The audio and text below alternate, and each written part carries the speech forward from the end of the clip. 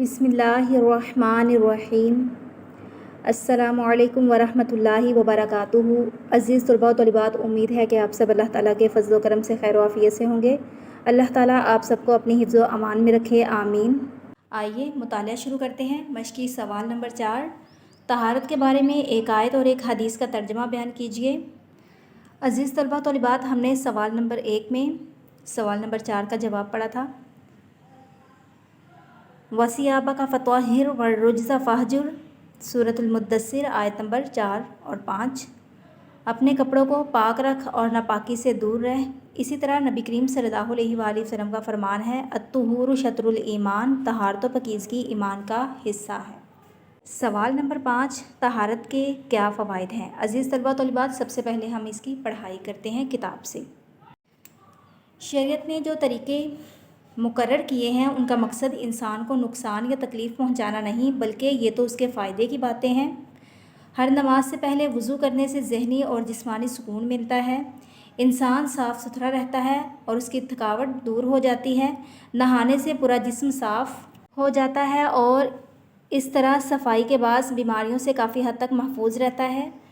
वज़ू करने और नहाने से ज़ाहरी सफाई भी हासिल होती है और रूहानी भी।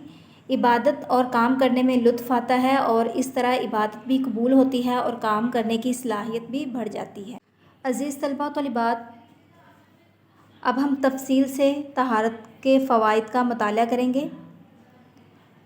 सवाल नंबर 5, तहारत के क्या फ़वाइद हैं। अज़ीज़ तलबा तलिबात, तहारत के लुग़वी मानी का मुताला हमने अपने सवाल नंबर 1 में पढ़ लिया था। तहारत का इस्लाही मफ़हूम भी हमने सवाल नंबर 1 में पढ़ा है और तहारत के ज़राए भी हमने सवाल नंबर 1 में ही पढ़ा है। अब हम पढ़ेंगे तहारत की इक़साम। तहारत की दर्ज ज़ेल इक़साम हैं: जिस्मानी तहारत, रूहानी तहारत। जिस्मानी तहारत से मुराद ये है कि अपने लिबास, जिस्म और माहौल को साफ़ सुथरा रखा जाए। रूहानी तहारत से मुराद ये है कि अपने ख़यालात को पाक रखा जाए और अपने आप को शिर्क, गंदी बातों और हर किस्म की नाफरमानियों से बचाया जाए और अपने अखलाक को पाक रखा जाए। तहारत के बारे में कुरान का हुक्म, अल्लाह ताला ने कुरान पाक में पाकीज़गी का हुक्म दिया है और इरशाद फरमाया, वसियाबा का फ़तवाहिर वरुज्ज़ फ़हजुर, अपने कपड़ों को पाक रख और नापाकी से दूर रह। सूरतुल मुद्दस्सिर की आयत नंबर 4 और 5। तहारत के जिस्मानी फ़वाइद। तहारत के दर्ज ज़ेल जिस्मानी फ़वाइद हैं: पाकीज़गी ईमान की अलामत। तहारत का एक फ़ायदा यह है कि ना सिर्फ़ इससे हमारा जिस्म पाक रहता है, बल्कि इसको हमारे ईमान की भी अलामत कहा गया है और इसे बहुत पसंद किया गया है और ये पूरी उम्मत के मोमिनीन की अलामत है। इरशाद नबवी सल्लल्लाहु अलैहि वसल्लम है, अत्तुहूरु शत्रुल ईमान, तहारत व पाकीज़गी ईमान का हिस्सा है। पुरकशिश शख्सियत। साफ़ सुथरा रहने वाला इंसान पुरकशिश शख्सियत का मालिक होता है, क्योंकि तहारत के बाद इसकी सेहत अच्छी होती है और इसका चेहरा तरोताज़ा होता है और साफ़ सुथरा लिबास इसको जाज़िब नज़र बना देता है। जाज़िब नज़र मतलब दिलकश। पाकीज़गी सेहत की ज़ामन। ज़्यादातर बीमारियां गंदे जिस्म और गंदे माहौल की वजह से होती हैं, लिहाजा अगर कोई इंसान अपने इर्द गिर्द के माहौल को साफ़ सुथरा रखने के साथ गुस्ल करता है और अपना पूरा जिस्म साफ़ सुथरा रखता है तो वो बहुत सी बीमारियों से बच जाता है और उसकी सेहत अच्छी रहती है। इबादत के काबिल।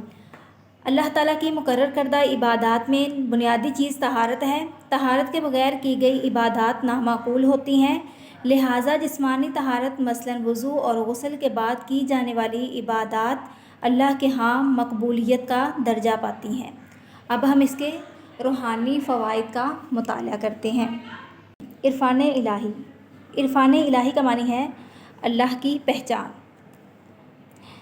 जिस शख्स का दिल और जहन पाक साफ़ होगा और जिसमें अच्छे ख़यालात आते होंगे तो ऐसा शख्स इरफ़ान इलाही, अल्लाह की पहचान हासिल कर लेता है और इसी इरफ़ान इलाही के तहत उसे इबादत में भी लुत्फ़ आता है। قرب الہی کا ذریعہ۔ چونکہ اللہ تعالیٰ کو طہارت اور پاکیزگی بہت پسند ہے، اس لیے جو لوگ پاک صاف رہتے ہیں تو اللہ تعالیٰ ایسے لوگوں کو اپنے قرب سے نوازتا ہے۔ قرآن میں ارشاد باری تعالیٰ ہے واللہ یحب المطہرین، اور اللہ تعالیٰ صاف ستھرے لوگوں کو پسند کرتا ہے۔ تزکیہ کا حصول۔ اللہ تعالیٰ نے انسانوں کو اپنی عبادات کے لیے پیدا کیا ہے اور ارشاد فرمایا کہ ہم نے جنوں اور انسانوں کو اپنی عبادات کے لیے پیدا کیا۔ عبادات کا مقصد دراصل تزکیہ کرنا ہوتا ہے۔ مثلاً نماز پڑھنے سے انسان بے حیائی اور برے کاموں سے بچ جاتا ہے۔ اسی طرح انسان کو چاہیے کہ وہ اپنے دل و دماغ سے